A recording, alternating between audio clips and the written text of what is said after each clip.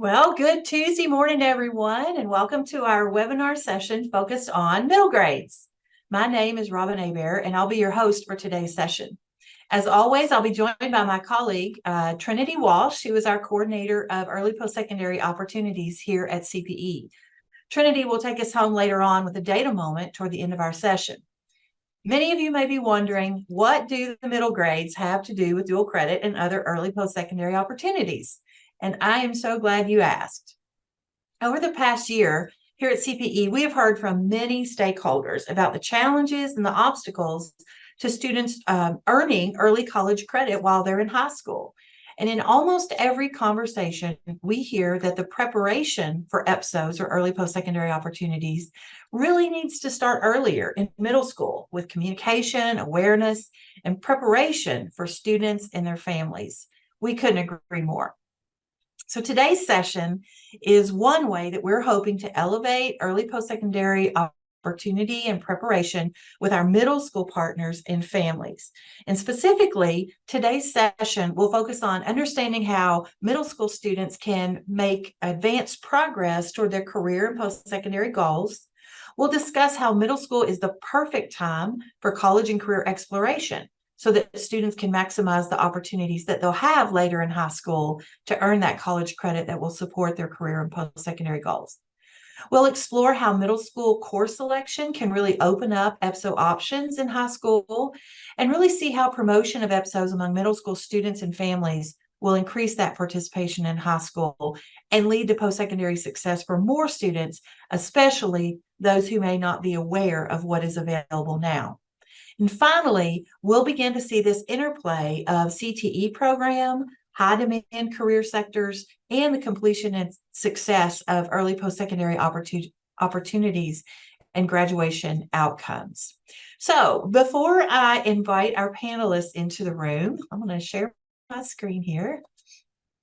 Before I invite our panelists into the room this morning, I'd like to review what research is telling us about the benefits of early post-secondary opportunities.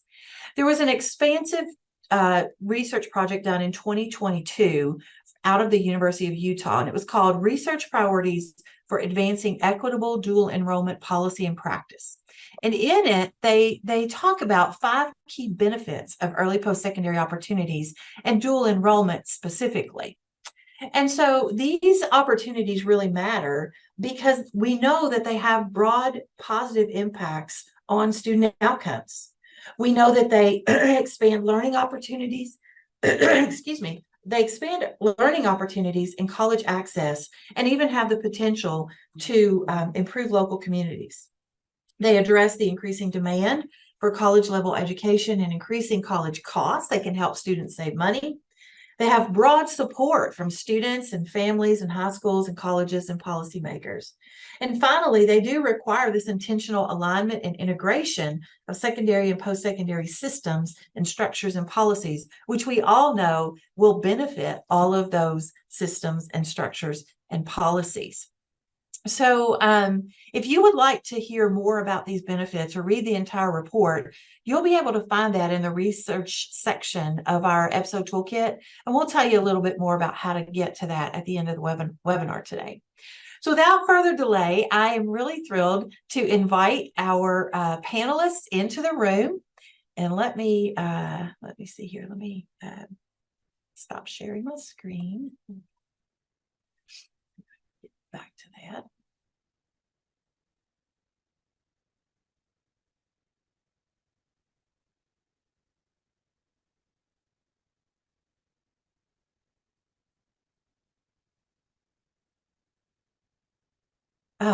So joining me today are Dr. Bill Bradford, who is the Chief Leadership Officer of Middle School's Office of School Leadership in Fayette County Public Schools.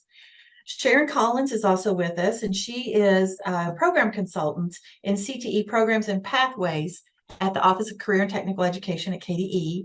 And then Kelly Norman is with us, and she is a senior fellow here at the Council on Post-Secondary Education, and she oversees our launch grant, which is another big project that we have going on. So, okay, so I think I have stopped sharing my screen. Is that correct? Are we all good now? All right. So, So, as you already know, our stakeholders have spoken clearly that more needs to be done to communicate and support EPSOs at the middle school level. So, to kind of kick off our conversation today, I'd love to hear from each of our panelists about your thoughts on how we can open up these opportunities for middle school students and their families to learn about and make progress toward these early post-secondary opportunities. So we'll just kind of leave it open and you all can jump right into the conversation.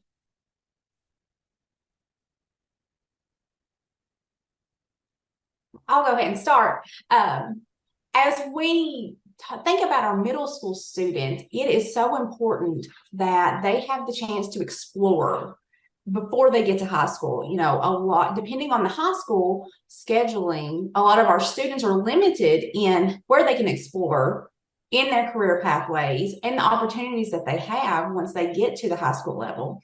So when we open that up in middle school, it gives those students an idea of what they might want to or might not want to participate in high school. So that maximizes their time and their experiences that they have. Ideally, when we look at career pathways for our high school students, we want them to be able to complete a 4-course sequence. So if they get to the high school and they're kind of pathway hopping from their freshman or sophomore year, that doesn't give them time to complete that, and they don't get to maximize those opportunities that they have for their career pathways. Yeah, thank you, Kelly. So I'm hearing you say that what they learn that they like is really important, but it's also really important to learn what they don't necessarily like or that they don't really necessarily enjoy. Bill, you look like you got an idea or thought to share there. Well, I definitely agree. I think middle school is the perfect time to capitalize on exploration, just as Kelly mentioned. And I think you could probably do that in a variety of different ways. I think that if parents and counselors can work with students to select classes that are of interest to them, then they can capitalize upon what they think they might like and then work towards learning more about that, but then also capitalizing upon those things that they don't know much about. And so part of what we focus on is trying to initiate the opportunity for career exploration through interest inventories, really evaluating what is a student good at, what do they have aptitude for, and what do they have interest in. And then within that balance, find a way to put them into courses that give them the chance to explore those different domains. Awesome. Thank you. And building on that, it is very, very important for the middle schools to be able to provide those opportunities. And we know that looks different across the state from one district to another, but for middle schools to really open up and look at what their high schools are offering and then provide those opportunities for those students to start that exploration that Kelly and Bill have both mentioned. It's a very critical time at the middle school level for them to really see what their possibilities may be, because at that age, they have a very limited view of where they may end up. So. Yeah. Thank you, Sharon. I know that all of you have worked directly with middle school students, and we've heard this question a lot, like even with high school students, but even more so with middle school students. So middle school students, still very young, how can they be expected to know what is that best college or career pathway for them or to choose that at such an early age?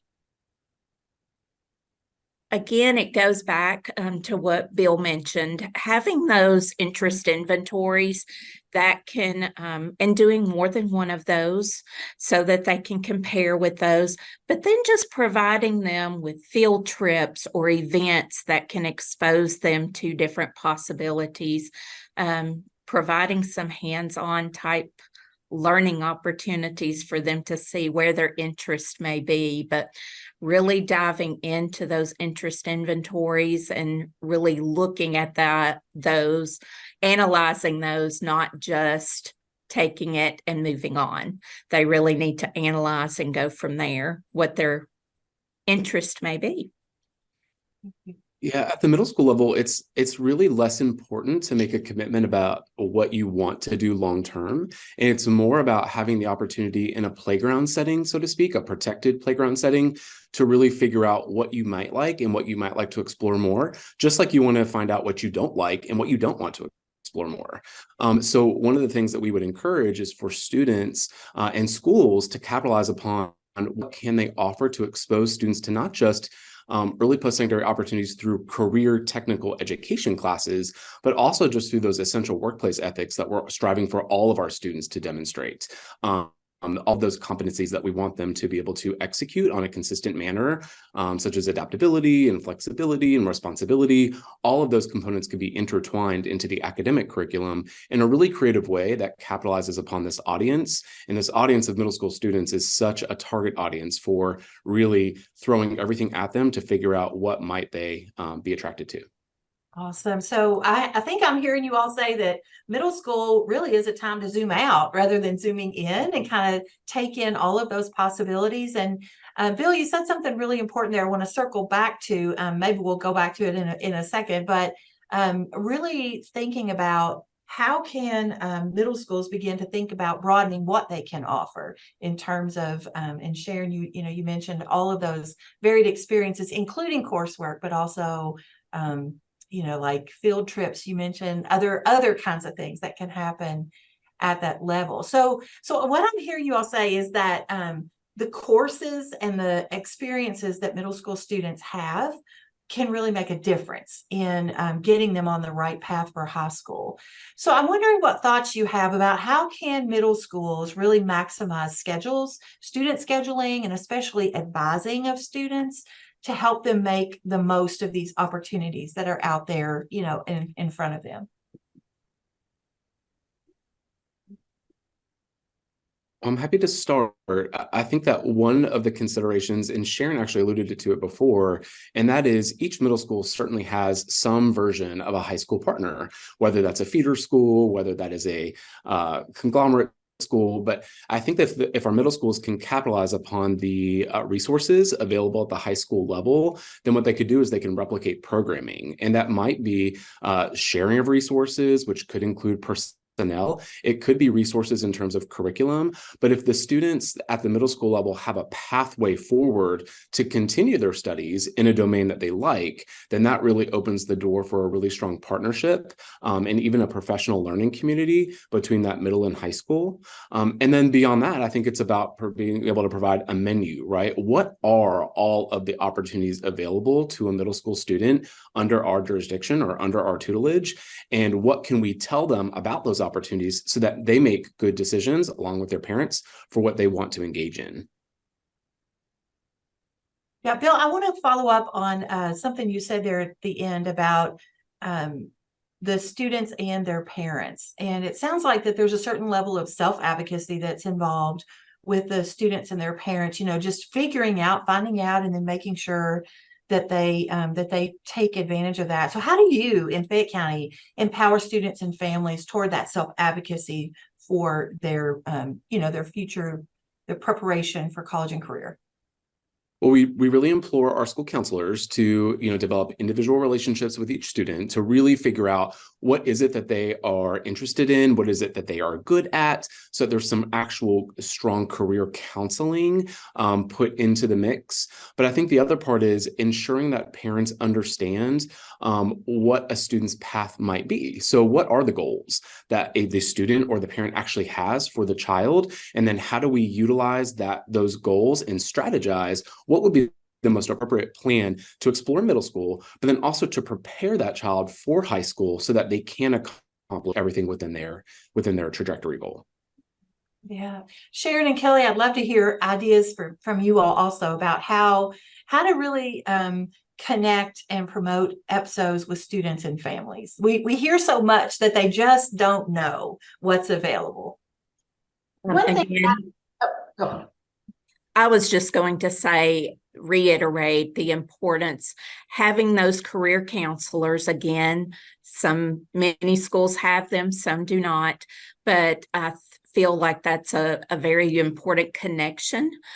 School counselors, career counselors with those parents, with those students to help them make those decisions that could broaden their opportunities, because again, as I mentioned, they have a very limited view of the possibilities out there. So forming those partnerships with people is very key. Mm-hmm. Mm-hmm. Thank you.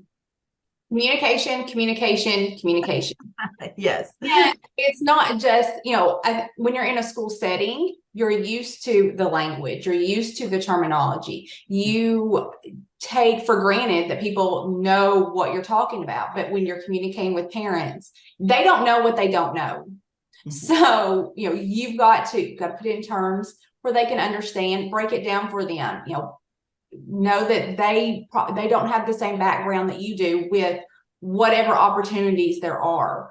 And also another important factor is that recognizing that career advising or career counseling or course counseling, it's not just going to be the school counselors. It's going to be those teachers. It's going to be coaches. It's going to be a variety of adults, staff members, those other stakeholders. So making sure that those people are involved in conversations as well and broadening that horizon.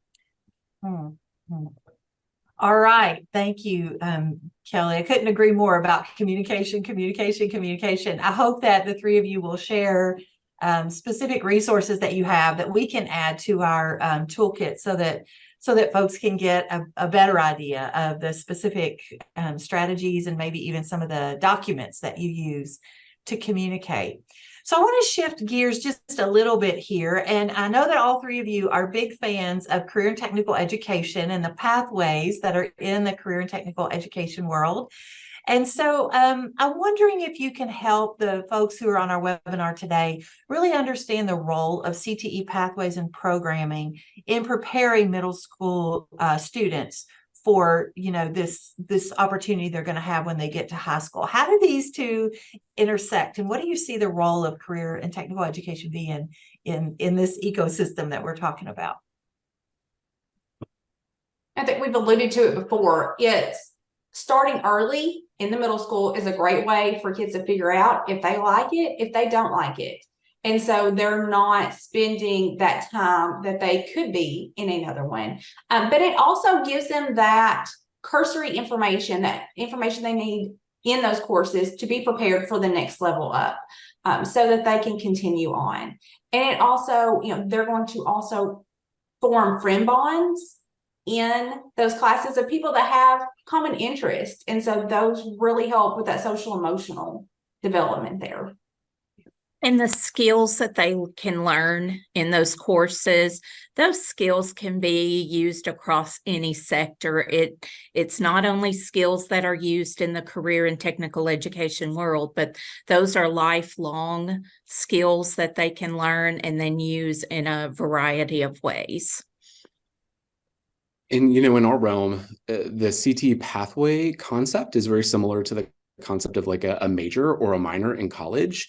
And while we are in no way, shape, or form at the middle school level encouraging that level of commitment, what we are doing is trying to spark a level of interest in those early middle school grades into a certain way that we want students to at least explore further.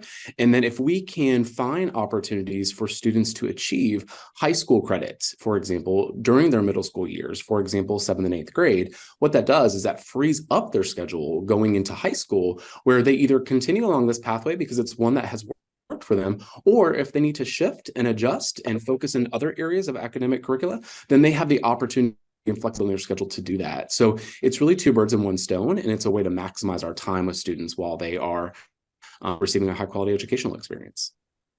Bill, that's a great example that you gave. And I remember hearing you talk about when students earn high school credit while they're in middle school, it kind of gives them a model for how that works when they earn early college credit while they're in high school. They're kind of moving up to that next level and getting that advanced preparation. So I think it's a great way to help them kind of understand how that whole system works.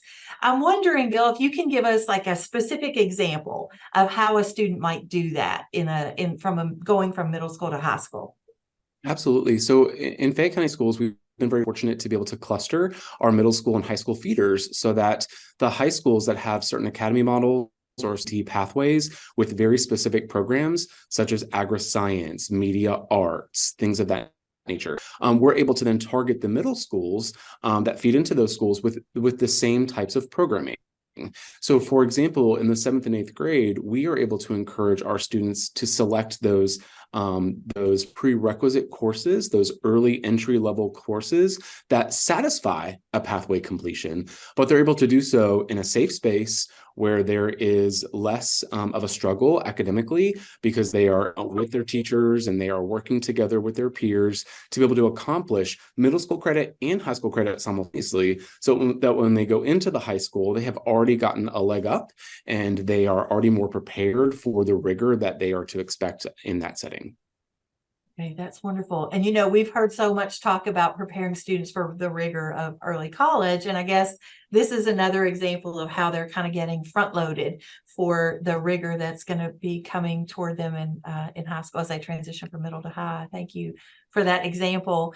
Okay, so we're getting a little close on time. So I got one more question and then I'll give all of you an opportunity to give some final words. But I'm wondering, so much of what you are talking about are things that maybe don't naturally happen in a middle school, but there's a lot of intentionality around it. Kelly, I heard you talk about empowering teachers to be partners with this so that they're able to become sort of, counselors for students in a way when they can encourage students along certain pathways. And I heard, Bill, you talking about kind of a professional development model that includes middle school and high school teachers together. So how can middle school principals and teachers get started or continue to progress toward this more intentional career in post-secondary planning and preparation? And what data sources would be kind of go-to to help them get started and plan what's best for our school and in our setting? Well, I'll say looking at the high school and the middle school, it's important that they're not siloed, that middle school kids are not just middle school students, they're future high school students.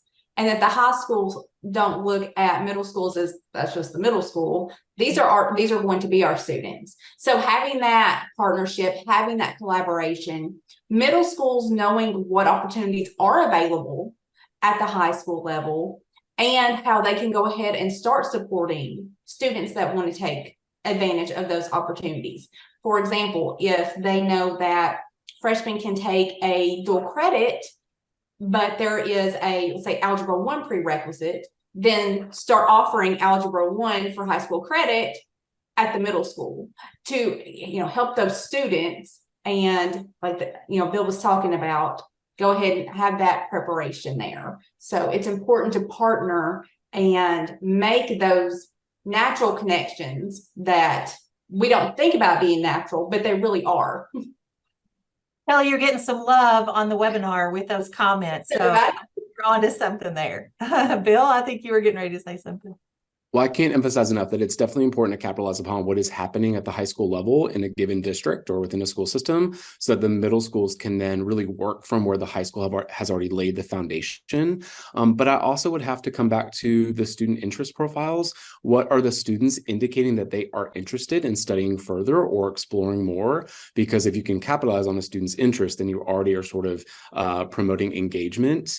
And then the other factor that I would encourage and advocate for is to really evaluate the workforce landscape in a particular region, whether that be a city, a county, or a region of the states. What are the needs of that region? And then target your early post-secondary opportunities and CTE courses based upon filling those unmet needs.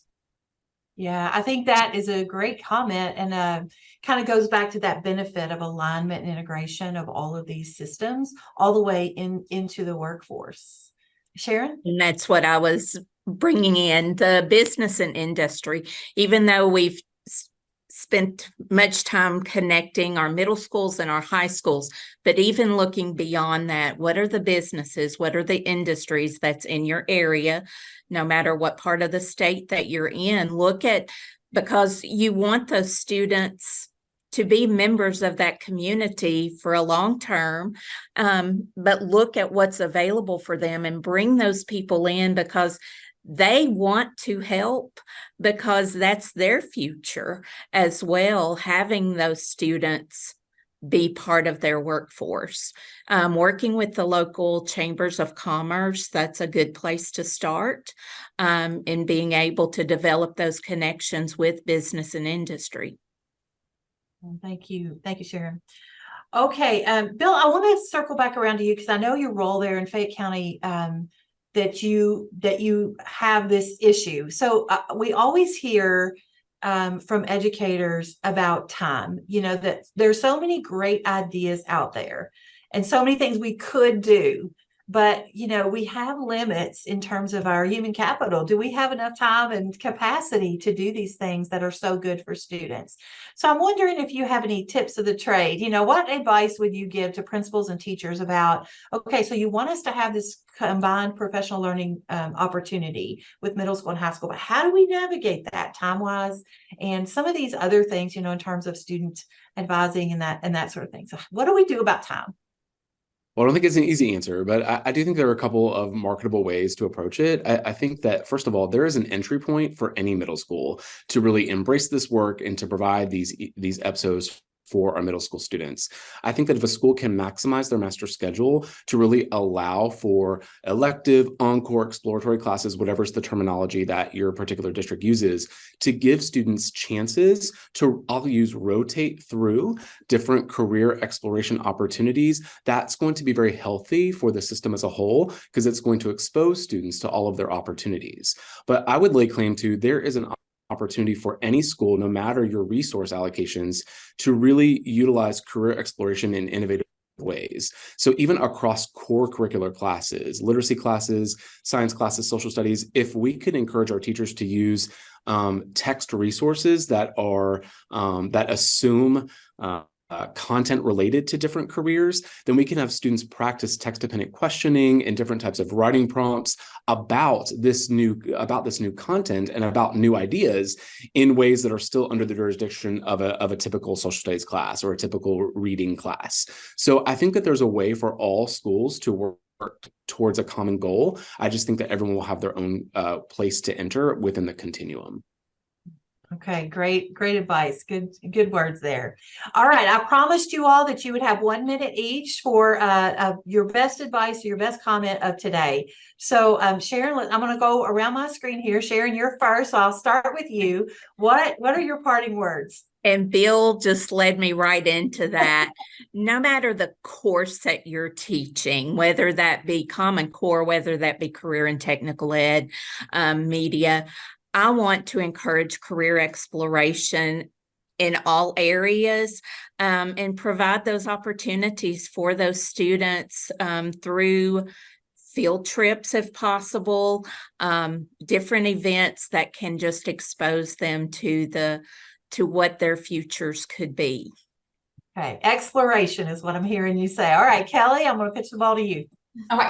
Well, I had two thoughts, and exploration was one of them. So I won't even tackle that one. When we talk to students, regardless of what age they are, when we ask them what their goals are, what their path is, don't pigeonhole them into college versus career.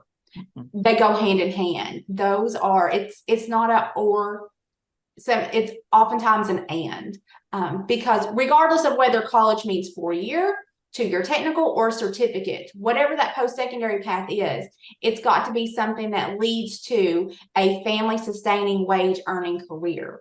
So just because a student wants to go through a certain career pathway in high school doesn't mean that they're not going to be going to college. So encourage both sides of the fence so that they can get that holistic experience and be well-rounded. So it's not college or, it's college and. All right. Thank you, Kelly. Bill? Yeah, and I would say that my contribution would be that there is an opportunity for everybody to encourage EPSOs within your schools and districts, because everybody does have the resources to at least provide for some level of opportunity. If you're in a place where you can initiate programming through coursework, then elevating student voice, elevating parent voice, elevating teacher voice even, to determine what would we want to consider for next steps. That would be a great way to get started and to sort of gain some momentum. But if that's not really the level where you are currently, then it would be about exactly what Kelly mentioned, and that would be experiences, field trips, and guest speakers, and different work-based learning things that are appropriate for the middle school levels. There is an entry point for really all schools to engage in early post-secondary opportunities, and really that exposure is going to give everybody a leg up, and especially our students. Awesome. Awesome. Well, thank you so much to our fine panelists this morning. I really like how optimistic that our conversation has been about the impact that we can have at the middle school level.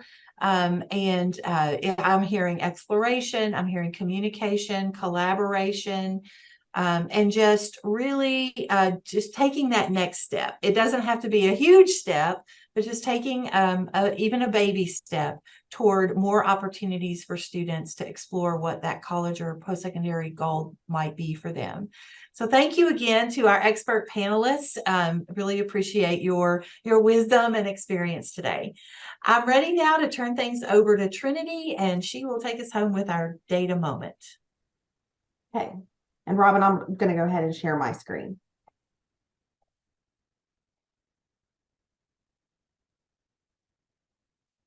Okay, so welcome back to our data and resource moment. I'm going to reiterate and highlight some of the points that our panelists made today.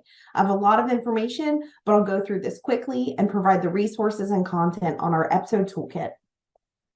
I think the first steps in aligning and evaluating your middle school early post-secondary programming has to start with 3 key pieces. What EPSOs are your feeder schools offering? If you're not already doing so, could any of these courses be taught at the middle school level to allow for higher level courses in the high school academic path, especially with CTE? And we talked about that today. Just like Dr. Bradford said, how are you evaluating your students' interests and aptitudes? Everyone is required to complete ILPs, but are there tools that you can use to dig in a little deeper? Surveys or programs? And I really like the idea that Ms. Collins mentioned, which is field trips and exploratory options. As we discussed, what does your local economy need? Well, many of the high schools often partner with the local chamber of commerce for a variety of things. It would be great for middle school educators to start looking at that economic landscape early. Use KY Stats to check out what your economic needs might be. There are a lot of reports that you might find to be very interesting, even for your middle school students. So we'll talk about that down here at the bottom, and I'll have those resources linked on our toolkit. Use your data from the recently released Kentucky School Report Card to understand what the early post-secondary opportunities trends are in your district. Using the advanced coursework area. And on the screen here, I show you where to go to get to that. So it's going to be in the advanced coursework completion area, and then you'll click on explore advanced coursework, and you can see AP and dual credit right there. Once you have this data, you'll want to compare it with not only state data trends, but also your district and high school data trends. And how does this impact your middle school students and their programming? So it's a longitudinal look at your data throughout your district. I know a lot of times we're thinking about these opportunities at the high school level, but as we have shared throughout this webinar, it's really important to make sure all of our partners are aware of the opportunities afforded to them. How are we communicating this, and when are we communicating this? Is it early enough? We also encourage you to look around your region and state to see what other districts are doing. Are they doing something that's really innovative that you think you could try? We know the makeup of every district is different, and you all have different barriers, but you all have some amazing opportunities. How can you leverage these opportunities for your middle school students and families? How are you advising your students and families? I would encourage all middle school counselors and advisors to be intentional about having meetings with the high school counselors and advisors well in advance of scheduling time to see what the high school plans to offer for the next school year. This could shape what the middle school might choose to offer. I would also encourage middle school folks to invite high school counselors or advisors to speak to middle school students and their families about EPSOs if you don't feel comfortable discussing it. Also have intentional discussions about what the partner universities and colleges for your district are and what kinds of courses they might be offering. Understanding the financial aspect of dual credit and AP may not seem important at the middle school level, but I would encourage you to dig into that information a bit. Being able to articulate to students and families about what courses can be paid for with scholarships may help design a middle school course plan path. Also, for the last several years, we've been able to offset the cost of AP tests for our Kentucky students with budget allocations so that AP can be affordable to our students. So check out that information as well. Educate yourself on what these AP courses mean. We talk a lot about it at the high school level, and it oftentimes trickles down to the middle school, but you may not understand exactly what that means. So while you may not need to use this information immediately, I think it's helpful to know how you're advising students, even in 6th, 7th, and 8th grade, about what that looks like for AP courses in the future. With thoughtful research and intentional planning, we can align our programming so that even in middle school, we can prepare our students better for early post-secondary opportunities and successes. We'll share all of these resources with you on the EPSO Toolkit on our professional development part of that page. Take some time to check out all of the resources and materials that we've curated over the last year. And if there's something that you think should be added or is missing, feel free to let us know.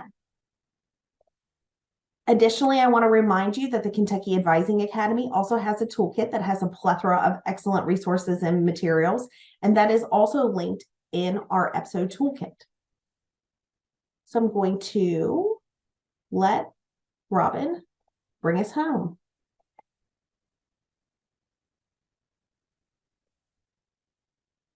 Thanks so much, Trinity, for that data moment. Lots of great resources that people may or may not be aware of. So appreciate all your comments there. Just to wrap things up this afternoon or this morning, I'd like to remind you about our last webinar for 2023, which will be on December 5th at 10 a.m. And we had initially planned for that to be the Beechwood Edge, but we're having a few scheduling conflicts, so stay tuned. We'll update you on what the topic will be for that day. But you can still register for our webinar series at the link that you see on the screen if you have not received registration for all of the webinars. So we'll see you again on December 5th, which will round out 2023. And we just want to remind you to stay connected with us on Twitter. And here at CPE, you can always see the exciting things that are going on here. Don't forget to go vote today, and we wish you all a happy Tuesday. Thanks again to our guests who were offered a really great conversation. We'll see you next time in December. Thank you again.